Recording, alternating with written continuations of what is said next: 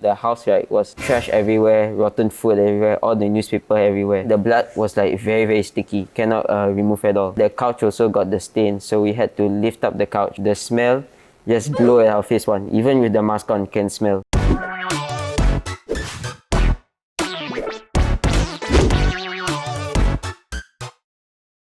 Hi, my name is Rahman. I'm 41 this year and I'm a trauma cleaner for DDQ services. Hi, I'm Darwish Amanullah. I'm 14 and I'm helping my father for trauma cleaning. Basically, for trauma cleaner, what we do is to actually clean up the remains of dead bodies, especially the bodily fluids, blood, maggots, that kind of thing lah. So we have to disinfect and sanitize the entire area. So today we'll be sharing about the experiences we faced during trauma cleaning.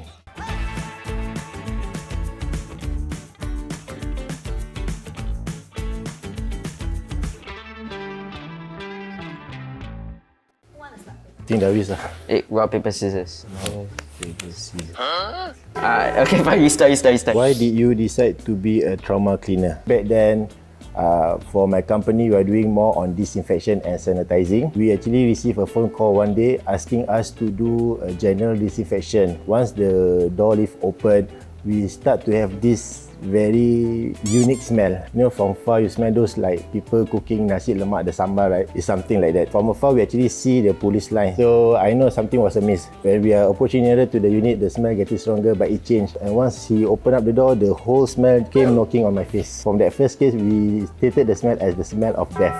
When we entered the kitchen, we saw a pool of dried blood. Then we saw a clump of hair at the corner of the kitchen. So I remember when he picked up the hair, we can actually see all those dried blood mixed with the chemicals, everything. You can see dripping with maggots falling down. Back then, there's no such company that's doing trauma cleanings, and I take it as a calling lah. First, I was like curious, so I asked my father if I could join in. He was a bit like unsure because 14-year-old working. First time I went there, the house was already really bad condition. The blood was like everywhere, so I was a bit like disgusting. Father said, okay, so just scrub with the squeegee. So I just did it the entire time.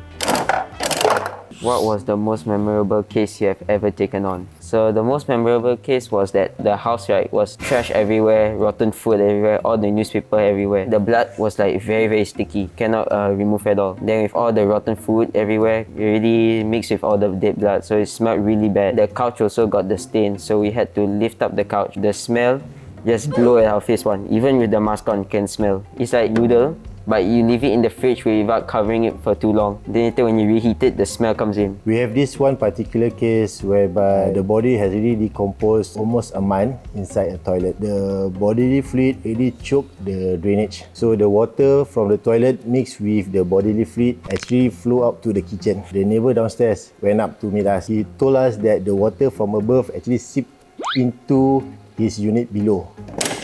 Have you ever encountered anything supernatural from cases? So what happened was that, okay, when we arrived, when the deceased died, he was listening to some nostalgic Chinese song. The radio was not turned off. So when we reached, I think there was already 5 days from the date of the death. While my team was doing the cleaning, I was standing at the door. So I saw the frame just fall off from the shelf. All of my staff noticed that the frame fall down, but each have their own thinking lah. Some say it might be the wind. But when we see, the window was closed. Oh yeah, for my daughter, we actually did a suicide case.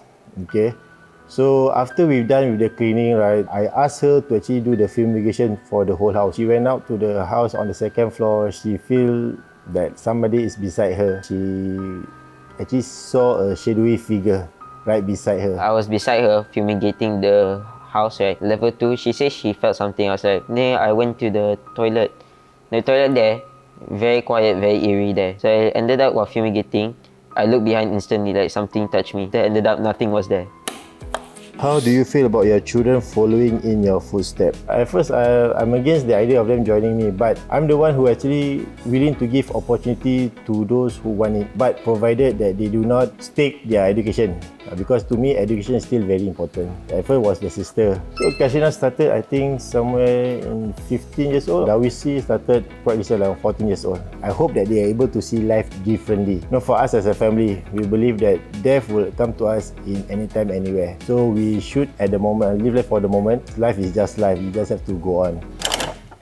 What are the hardest cases to deal with? Every time the house is full of trash, because you have to do both the disposal and then at the same time you have to also be careful to find any valuables. We're gonna to search the trash, a very big hassle to deal with, especially with the maggots all sometimes crawling around, so we had to disinfect and wash it. The hardest thing to clean in the house is a bedroom. If the bed ever gets in with the blood, have to throw all of it. If it's also a hoarder, even worse, have to clear. Most of the time, in fact, the body fluid will actually seep through the bed frame and everything, and we actually see maggots crawling. A lot of items right surrounding the bed frame, that is quite challenging for us.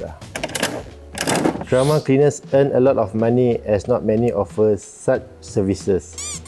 We earn a fair amount of money, not so much, not so less, just enough for us to take the risk. I heard people say that okay, for one cases you can do like what, 5,000, 4,000. Actually not that much but it can accumulate depending on how complicated the case is.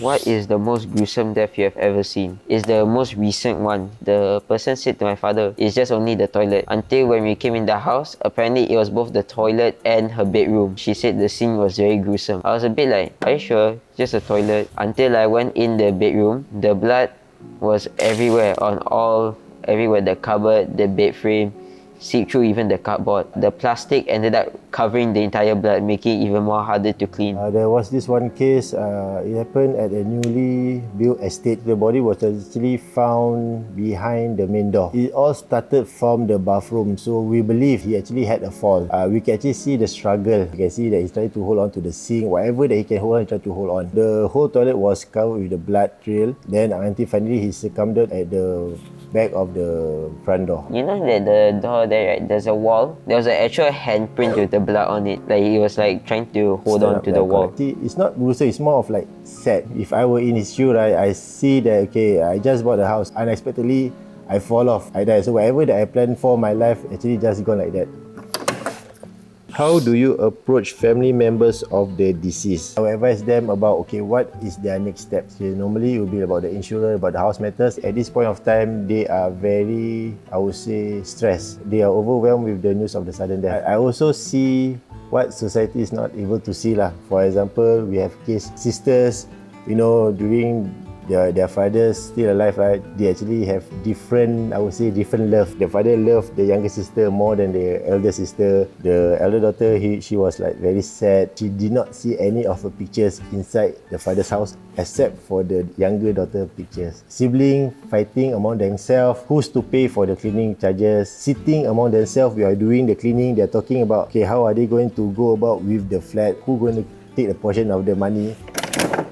Was there a case that changed your perception of society and life? It was, I think, few days before our Hari Raya, involving an elderly Malay man. When we went to the place, the whole area was flooded. We can actually see the maggots swimming inside the room. But what caught me was that the place was partially furnished. From the corner of my eyes, I see one set of baju kurung. To me, like, okay, I think he might be preparing himself for the Hari Raya celebration. But I did not realize that when I post out through my TikTok account, actually went viral and many people actually prayed for him. Upon his death, you can actually see like so many people actually cared for him.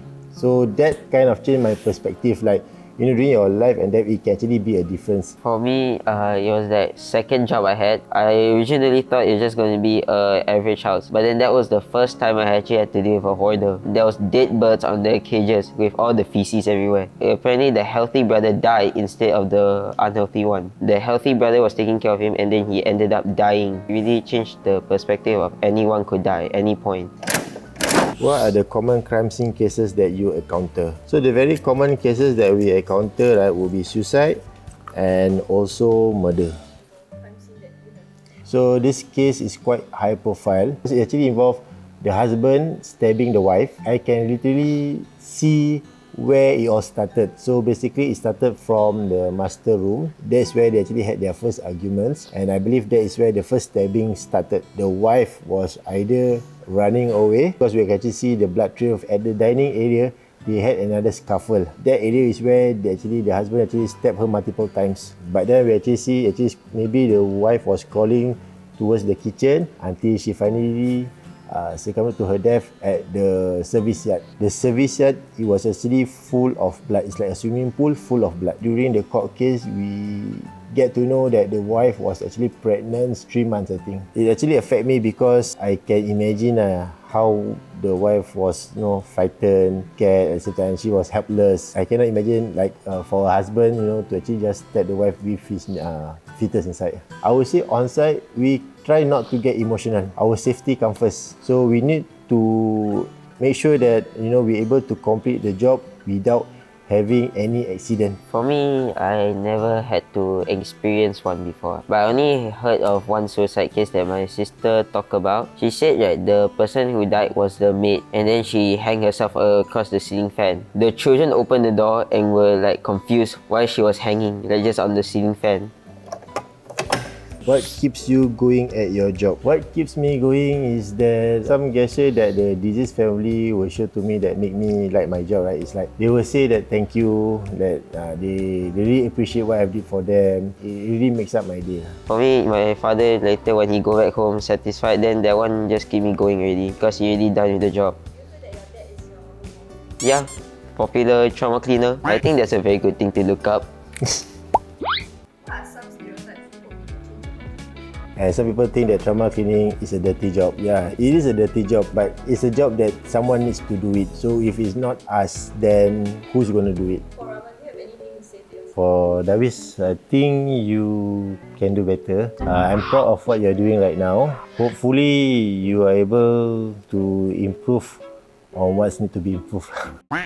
Thank you for watching For Real. For real. Now like and subscribe to this YouTube channel. Bye!